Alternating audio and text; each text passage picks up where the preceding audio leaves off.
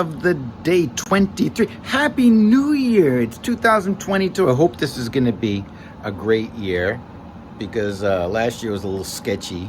But, you know, let's just keep playing guitar. Anyways, I'm changing direction here. We're still on that E7 jam, but this time I'm moving on from the half-whole diminished scale, and we're going to move into some of Barry Harris's stuff. Now, I don't want to downplay the importance of this by just giving you a lick from the sixth minor diminished scale, because really the importance of this whole concept is really not about the scale as much as it's about the harmony that the scale creates. So I suggest that you really investigate it yourself. You know, there's stuff on my YouTube channel, and there's really a lot of other great stuff out there. You can check out things I learned from Barry Harris on YouTube, which is like, he explains it a lot better than I do. But I suggest if you really want to get into some incredible genius harmony, that you get into Barry Harris's stuff.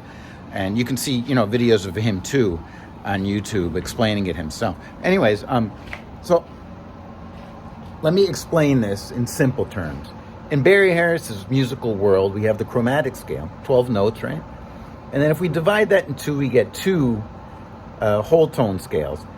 You can think of it anyway, any two whole tones that you like, as long as they don't have the same notes, but there's only two of them. And for, you know, simplicity's sake, let's just make it C whole tone and C sharp whole tone.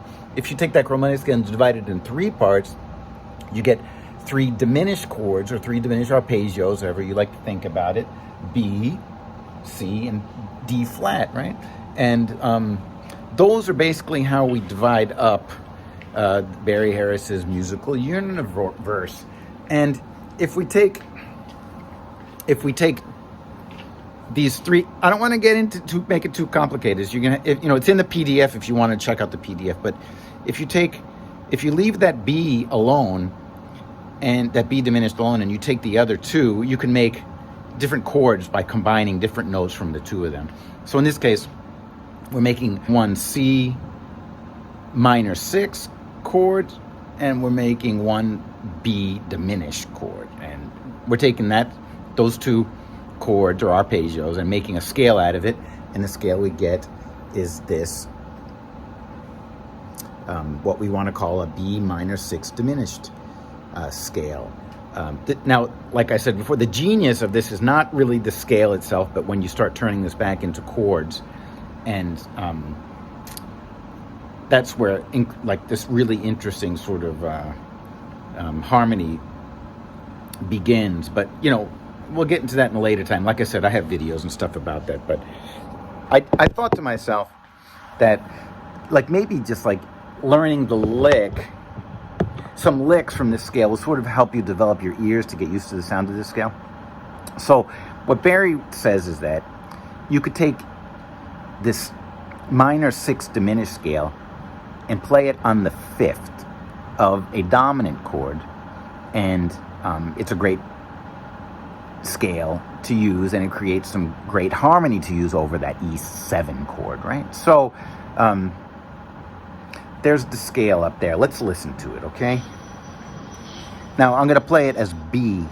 I'm not playing it on the E yet, so let's just listen to it as a minor scale.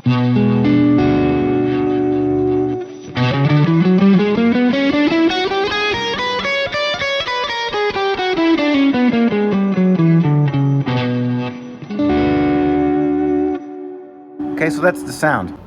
So remember, we're not playing this over B, we're playing this over E7, so we have to look at it from that point of view. And that's why this is called 6th on the 5th, because you're playing this B minor 6 diminished scale on the 5th of that E7 chord, right? So what does that give us? It gives us the 5th, the 6th, the flat 7, the root, the 9th, sharp 9, the 3rd, and the sharp 4. So you see, it looks a lot like a Lydian scale, Lydian dominant scale, right?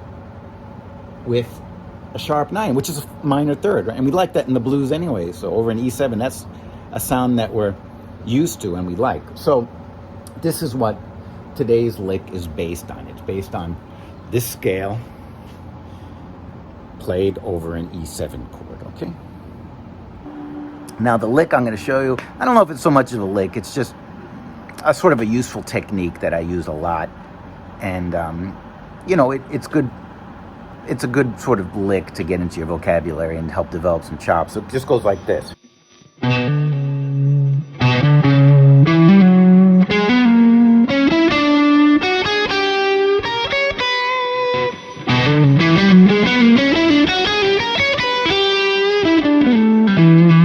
And then you can end with anything you like, you know. I'm playing the E blues scale, but could be anything, okay? So let me play this for you.